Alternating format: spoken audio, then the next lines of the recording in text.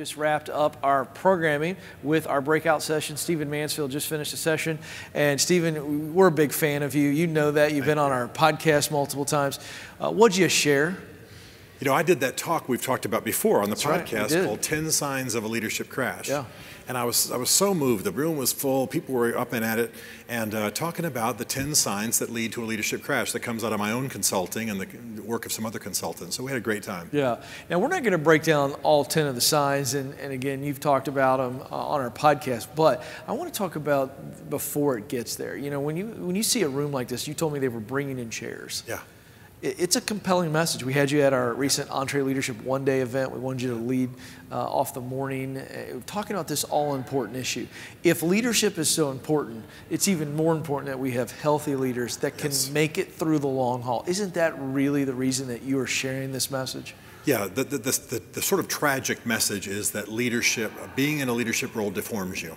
It puts pressure on you that dries you out, deforms you, rearranges your life and your priorities. If you don't push back, if you're not intentional, it will lead to damage, and it will maybe lead to a crash. And a lot of the famous crashes that we see in the news, you know, big CEOs, sports figures, congressmen, senators, what have you, who crash, these signs have been in place for a while. Yeah. You know, I think we all know the stat that termites do more damage in America than all the storms, but it's just unseen, so we don't talk about it. These are the termites of leadership that we're talking about. All right, I want you to rattle through them in just a moment, but first I want to throw a statement that I heard one time from one of my mentors, John Maxwell, who's a leadership guru, and he was talking about his book, Today Matters. And he said this, and I would have been in my late 20s at the time, and I remember grabbing that statement and going like this.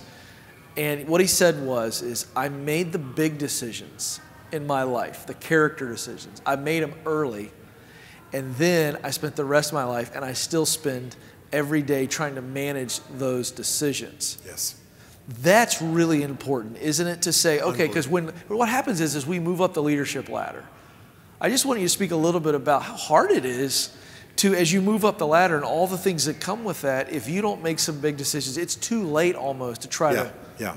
John's absolutely right. And the beauty is that he did it early in his life. You know, we just buried Billy Graham. Yes. But we didn't talk about scandal. You're right. We didn't talk about scandal. Why? Right. Because back in the 50s, when he first began having these big revival meetings in LA, he and his team made some decisions. They decided to take salaries rather than just take a percentage of their offerings. They decided to let the police talk about the numbers of crowds. They wouldn't do that. They decided to never be alone with a woman. You know, these things that we now know about. And those things lasted and guided them all through their careers. So when we buried him, we had a life to celebrate, not a life to grieve. Yeah. It's the same with every leader. You've got to make those moral boundary decisions early and then enlist others to help you maintain them and to do it for each other. All right, we don't have time to have you teach the whole thing. I don't want to give it all away, but just run us through those 10 signs.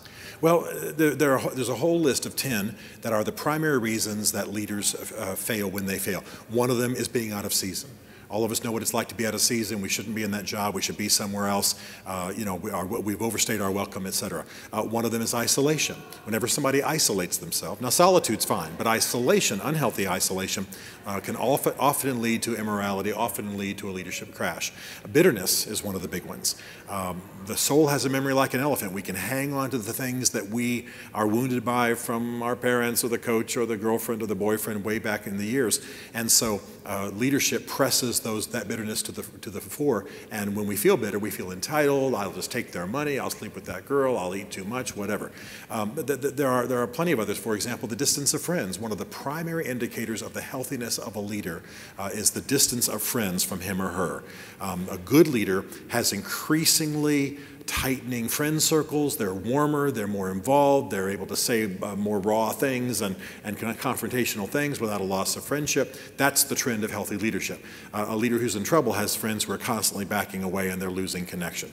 It goes on and on. Are you maintaining the poetry of your work? We all get into what we do professionally because there's a certain level of poetry. We love what we get to do. Yes. We love generating money. We love helping people get out of debt. We love teaching certain things, whatever it is. If we don't fight to maintain that poetry, we find ourselves 20, 30 years down the road, burned out, tired, not remembering why we got it in the first place, and what is it that's going to keep carrying us to the end. So these are the examples of the kinds of things we talk about. I want to shift gears because I would be remiss if I didn't have some time with you to talk about this week's theme. Yeah. You and I both love history. Yes. And we sit just miles away from one of the most famous battles in American history. The Alamo, remember the Alamo, is kind of the history book cry that we remember as kids.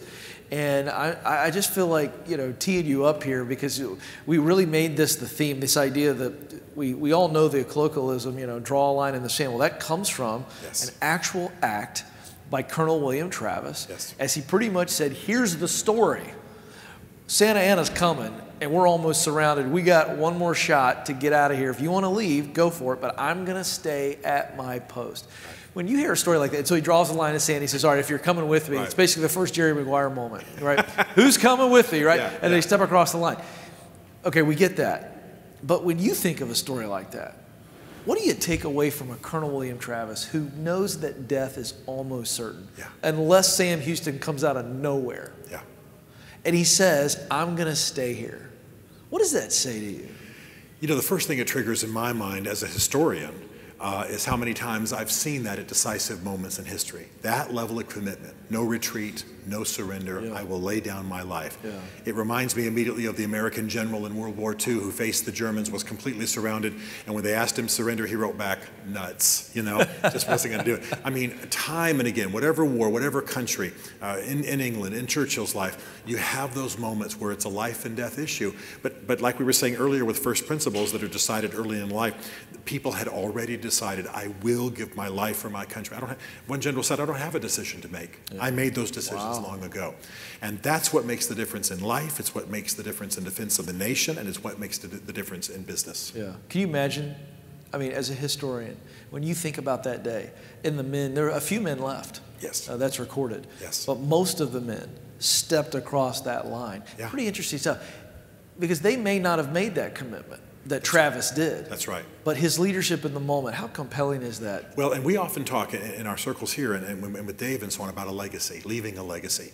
I've lived in Texas, and I'll tell you what, the Alamo resonates in hearts and inspires deeds. I have heard high school football coaches talk to their teams on a Friday night and watch those kids go crazy because of what happened at the Alamo.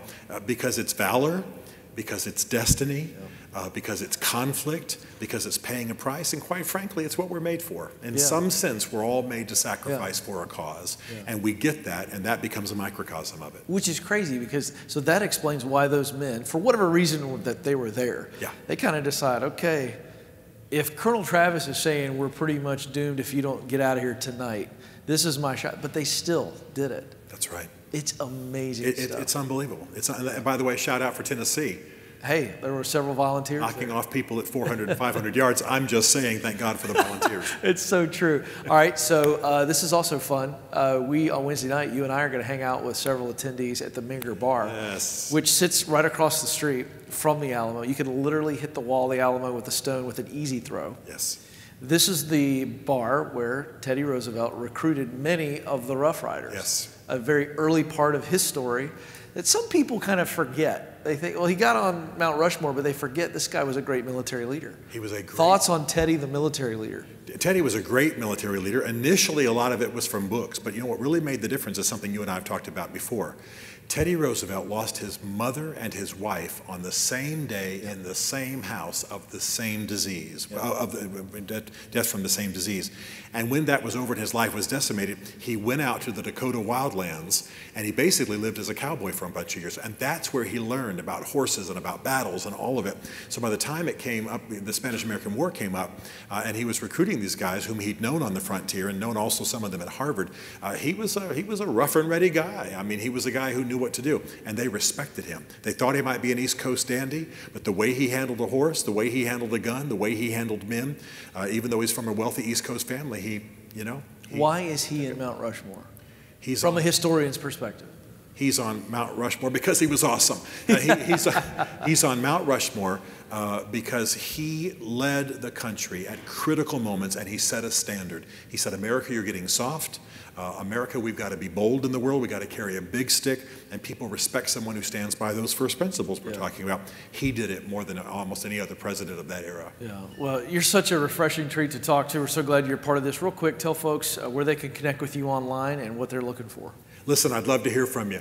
My website, stephenmansfield.tv, and all of my social media is @MansfieldWrites. So check in with me. I'd love to hear from you.